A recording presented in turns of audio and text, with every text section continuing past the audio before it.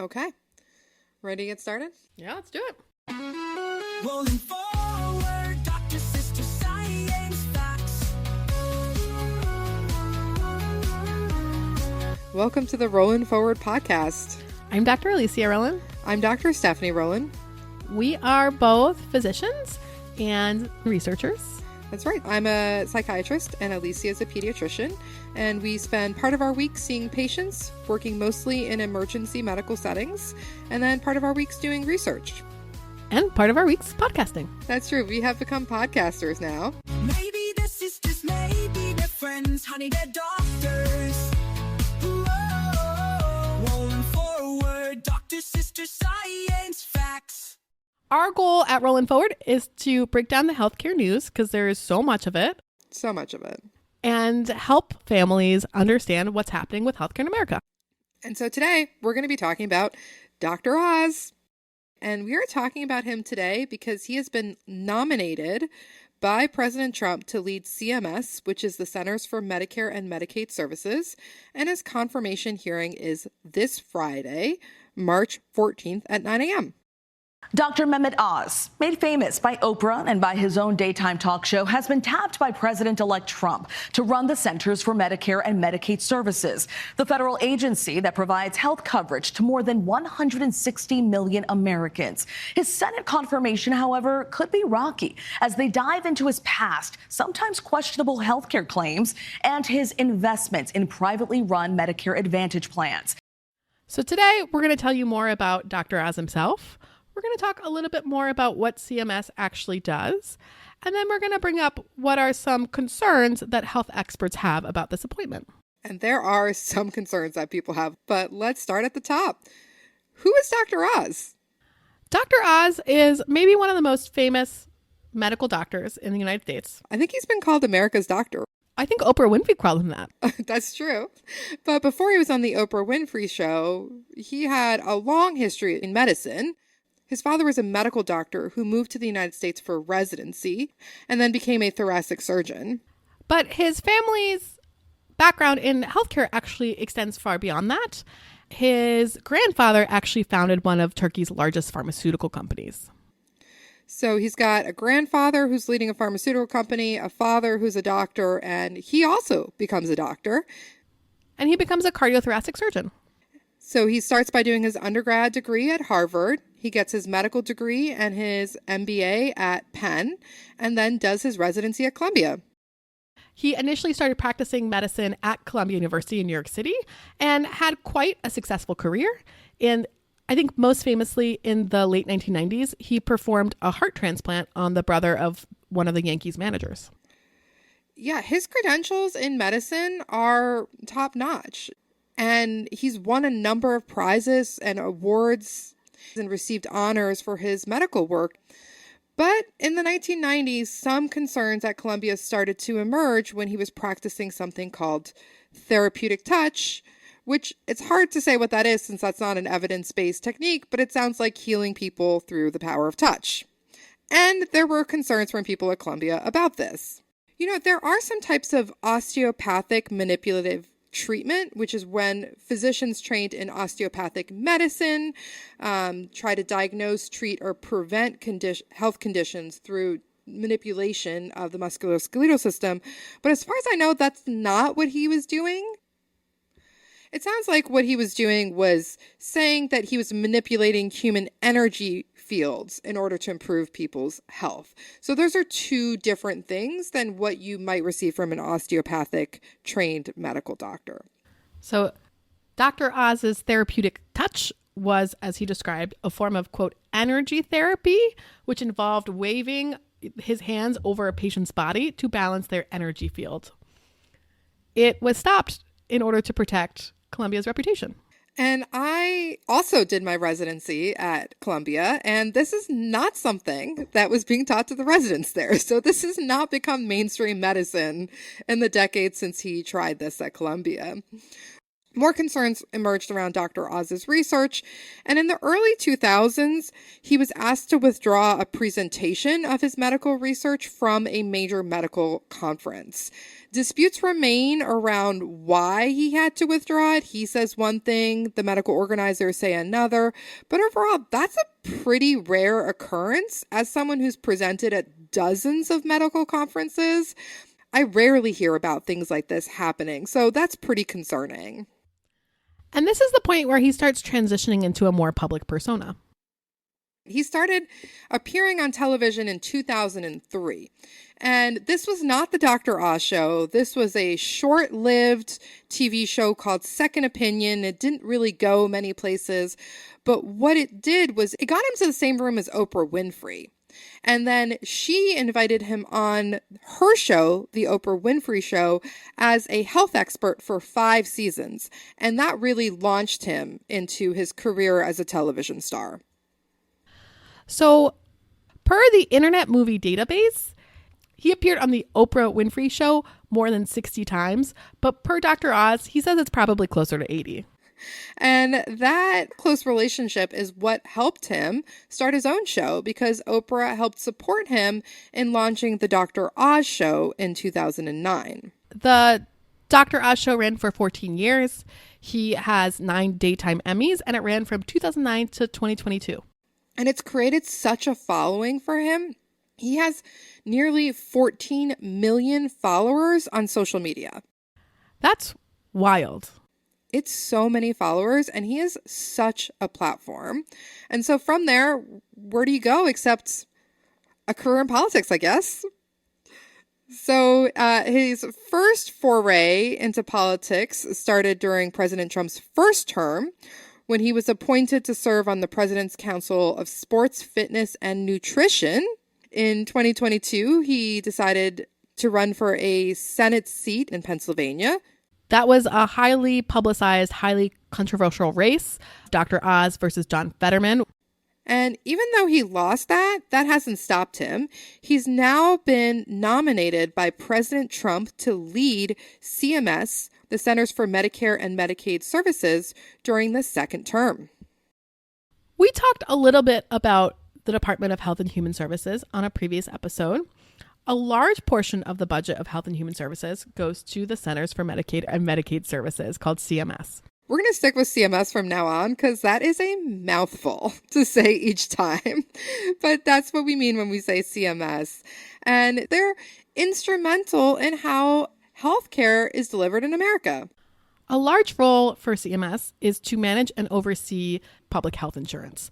This includes Medicare, which serves people over the age of 65 and some individuals with disabilities. It covers Medicaid, which provides health insurance to individuals and families below a certain income threshold, as well as CHIP, the Children's Health Insurance Program, which provides health care to children whose families don't quite qualify for Medicaid. And CMS also oversees the health insurance marketplaces, which is where people who don't qualify for these types of public insurance can try to connect with and buy lower cost insurance. And these public insurances cover a huge proportion of the American people. It's estimated that just under half of the children in the United States are covered through either Medicaid or CHIP. So in thinking about Dr. Oz's appointment to lead CMS, I think one of the first concerns that's really emerged is his feelings about healthcare. In the United States, we don't have a right to healthcare in the same way that other countries, say in Europe, do.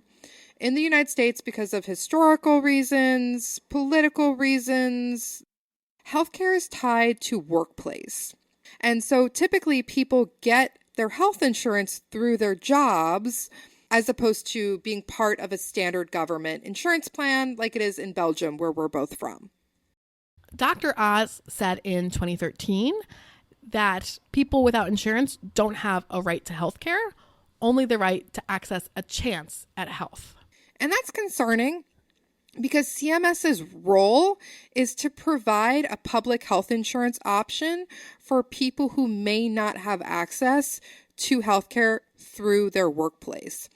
So there are people who are retired and not working, so they're not getting insurance through their jobs, and that's when Medicare steps in. There are people who may be disabled and unable to work, and so they can get health insurance through Medicare or Medicaid or both under some circumstances. And then there are some people who are employed but not at jobs that are paying them enough or that provide insurance as a benefit. And those people will have access to health care through programs like Medicaid. It is a confusing constellation of different programs as opposed to everyone having access through a government-sponsored plan. But this is the plan that the United States has come up with. So it's concerning that the person asked to lead these public health insurance options, which exist in order to make sure that people do have access to healthcare, doesn't believe that people have a right to healthcare. RFK Jr. has made similar claims during his confirmation hearing, saying that the government and the people should not be responsible for paying for your health care if you're making poor health decisions. So overall, putting him in charge of an agency like this is continuing that turn of HHS away from providing health care to the people. The concerns about Dr. Oz have been longstanding and have followed him throughout his career. For many years, Dr. Oz used his television show to promote dietary supplements, often making these totally unsubstantiated claims about their effectiveness. He has described certain supplements as the, quote, holy grail of cancer prevention. He has said things are magic weight loss cures. I want you to write it down. Garcinia cambogia, because it may be the simple solution you've been looking for to bust your body fat for good. Now I've got the #1 miracle in a bottle to burn your fat. Lightning in a bottle. It's a miracle flour to fight fat. This little bean has scientists saying they found the magic weight loss cure for every body type. And given all of those millions of social media followers he has, when Dr. Oz says something, people believe him.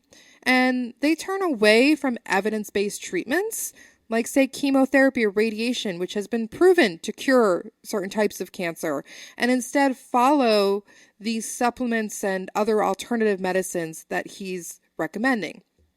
Alternative medicine absolutely plays a role alongside evidence-based care. What's concerning is that he doesn't always balance these together. And it's been found that a lot of these supplements that he's been endorsing are not evidence-based. They don't have any scientific research behind them. And in some cases, they were found to not only be not beneficial, but actually cause harm.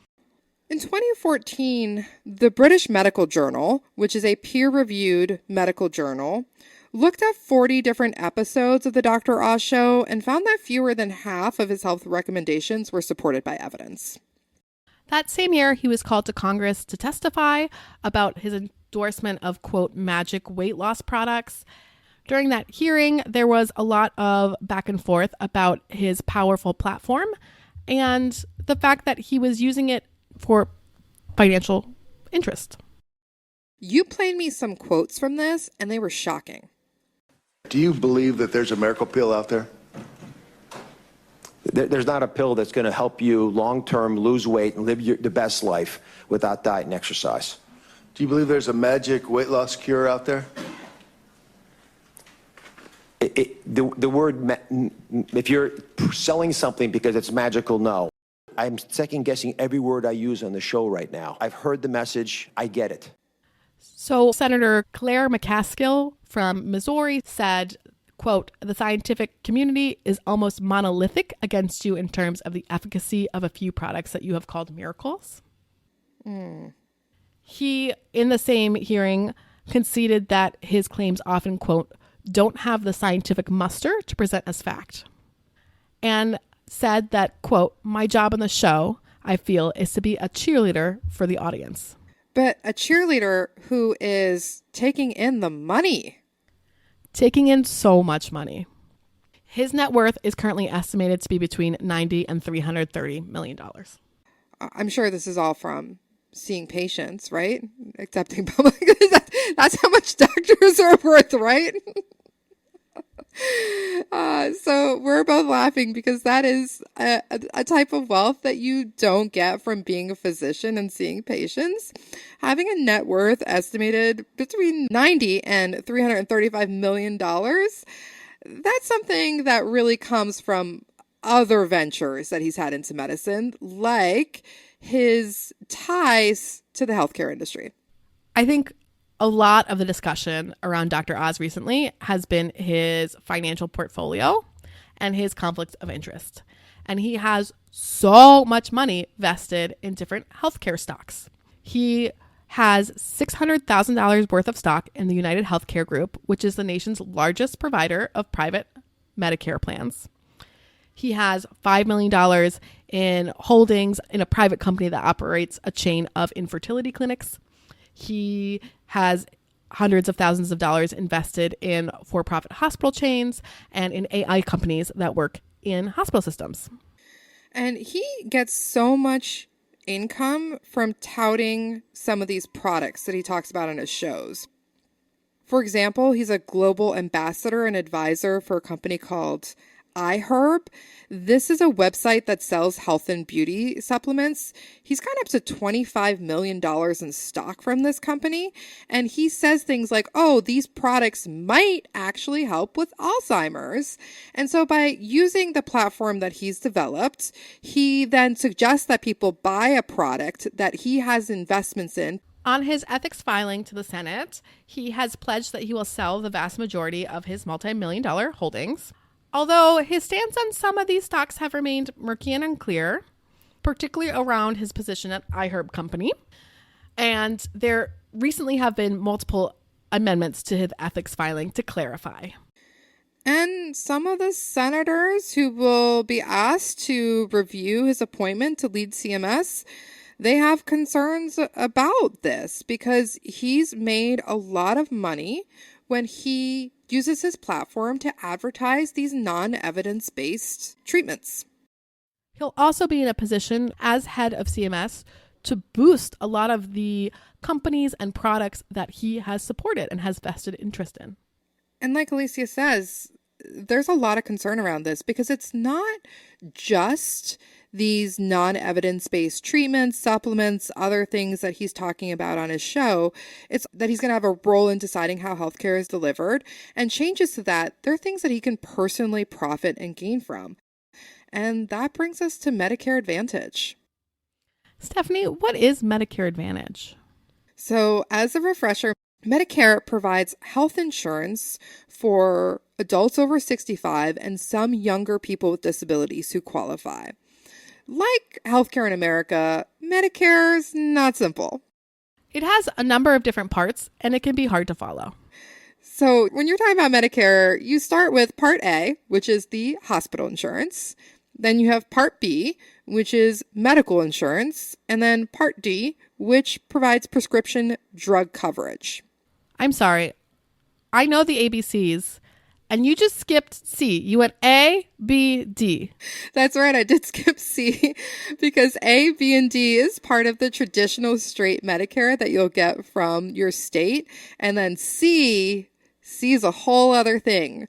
If you have Medicare Part C, that is also known as Medicare Advantage, and it's a way where you privatize Medicare and you bundle Part A, B, and D into one seemingly more straightforward plan called Medicare Advantage or Part C.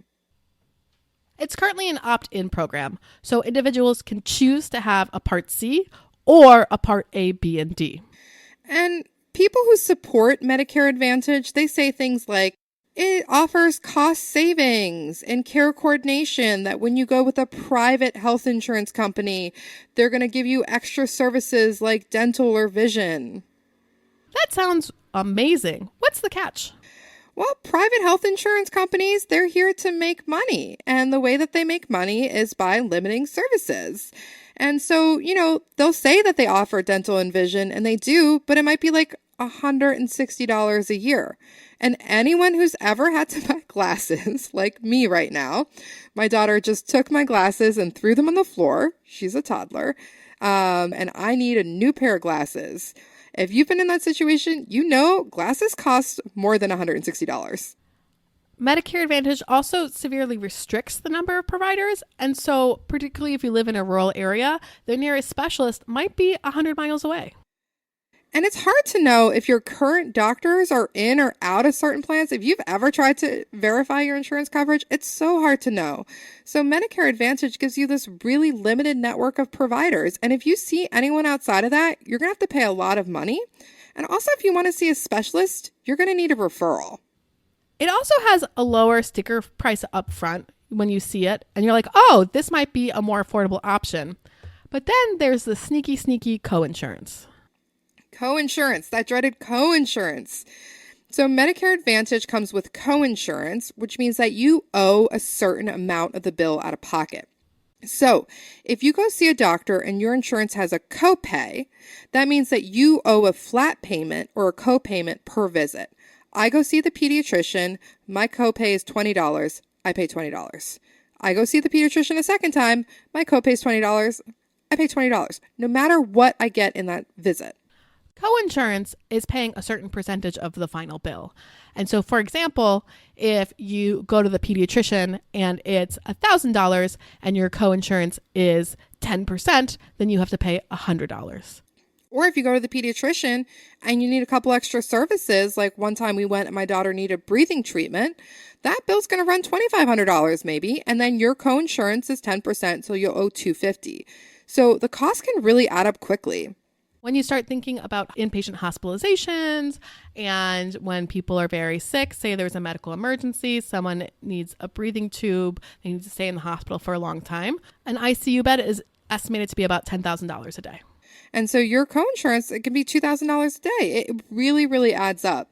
So overall, Medicare Advantage on the surface seems great because it's a simplified way that is promising cost savings. But overall, a lot of people, especially those who have health needs, find that their costs end up being higher and that they have more hurdles to go see the doctors that they need to. And about half of people do try to leave Medicare Advantage plans within 5 years of enrolling.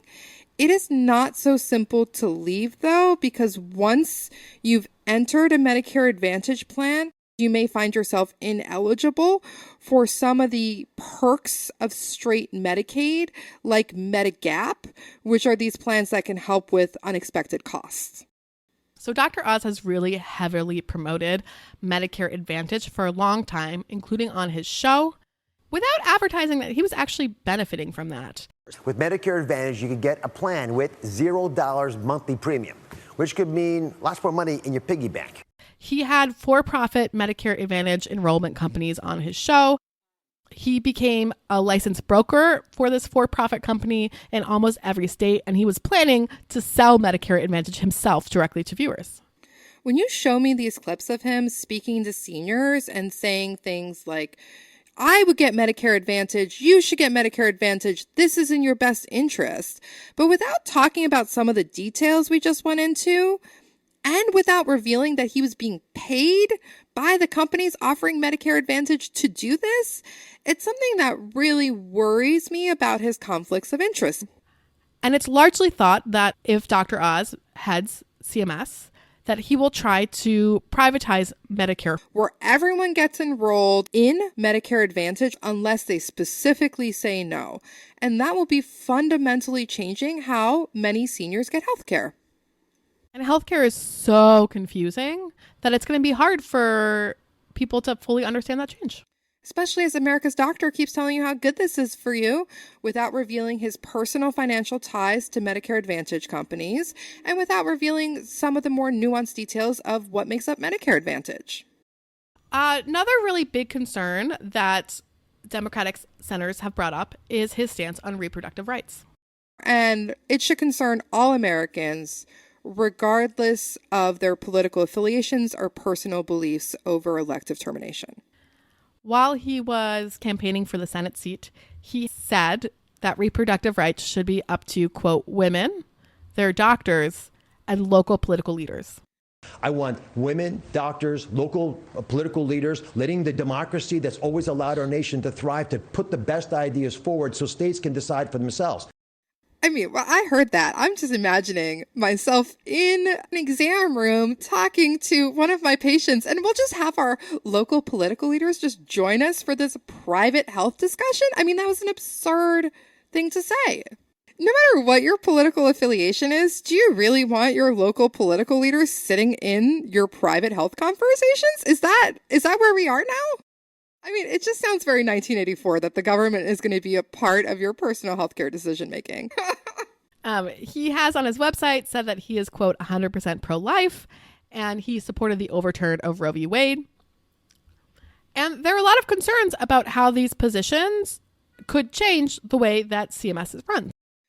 And because CMS oversees Medicare, Medicaid, the Children's Health Insurance Plan, as well as health insurance marketplaces, a lot of Americans are getting their health insurance through one of these portals, and insurance currently provide access to contraceptive services.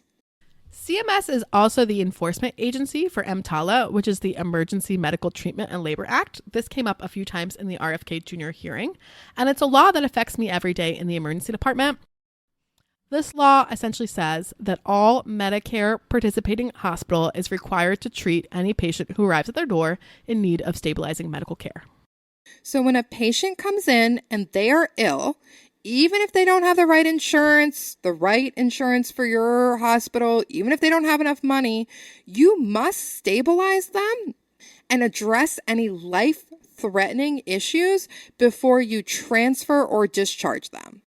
So, for example, as a pediatric emergency physician, I've had several instances where adults with gunshot wounds walk in, and I have to medically stabilize them and make sure it's safe before I transfer them to an adult facility. Or, for example, when a pregnant person walks in labor, I have to deliver that baby if they're actively in labor because they are not safe to transfer per the EMTALA law. Even though you're a pediatrician and you don't typically treat adults. And so you wouldn't typically treat an adult with a gunshot wound or an adult woman who's delivering a baby, but you're an emergency provider. And so you provide those services and you help ensure a continuity of care and that person safely arrives to the next point of medical care access. And this is something that I thought we all would have taken for granted in the provision of healthcare, but somehow it became really heated after Roe v. Wade was overturned. When a pregnant person arrives in an emergency department with a life-threatening complication of pregnancy, per EMTALA, hospitals are obliged to provide life-saving care, even if that care requires a termination of pregnancy to save a mother's life. These are heartbreaking situations when they're in the ER. These are people who are often pregnant with a long-desired child, something that they're really looking forward to, but they're in a situation where continuing this pregnancy will kill them. Hospitals are obliged to offer life-saving care. And under EMTALA, hospitals have to save their lives. The interpretation and enforcement of EMTALA in the context of abortion has been subject to ongoing debate and a lot of litigation. Federally, CMS has issued guidance stating that EMTALA requires hospitals to provide emergency abortion care under the guidance of the Biden administration. Some states have enacted laws that attempt to restrict or prohibit EMTALA-compliant abortion care. However, these laws generally are preempted by the federal law. The Supreme Court has not definitively ruled on the question of whether or not EMTALA requires abortion care. However, lower courts have typically upheld the CMS guidance and has required hospitals to provide emergency abortion care when necessary. There is a lot to take in there because EMTALA affects so many aspects of providing emergency health care in this country, and starting to change it in small ways can lead to big downstream consequences. So I think that's definitely a concern of many health experts as they consider Dr. Oz's appropriateness to lead CMS. So the confirmation hearing is scheduled for Friday, March 14th at 9 a.m. in the Senate Finance Committee. This was the same committee that held the first day of the confirmation hearing for RFK Jr. And you can listen to it online, or if you're local to DC, I think you can go and hear it in person. This is going to be a very important time when we're going to learn more about Dr. Oz and what he plans to do in this role leading CMS. And that's something that's going to affect all of us living in this country. It'll be interesting to see how this evolves. It's expected that he is going to be confirmed, given that a lot more controversial candidates have previously been confirmed. I didn't know that. I thought that the Medicare stuff. Oh, no, this is like not at all controversial. Oh, wow. Okay. I really thought he was a little bit more controversial, but, we'll be watching those confirmation hearings, providing updates as things go along. It'll be interesting to see how the future of CMS evolves during this administration. Interesting is one word. I mean, I didn't say exciting. Concerning is another. I mean, I think, what is it? Scary. In French, what's the word I'm thinking of? Where it's like fantastic means not like fantastic. Oh, yeah. I know exactly what you're talking about. It was something that was noteworthy, but not necessarily positive. But I think the changes that are coming are going to impact millions of Americans, and we'll be with you here as they evolve. Rolling forward, Dr. Sister Science Facts. Thank you for tuning in. This is the Rolling Forward podcast. I'm Dr. Alicia Rolin. I'm Dr. Stephanie Rolin. We are on social media.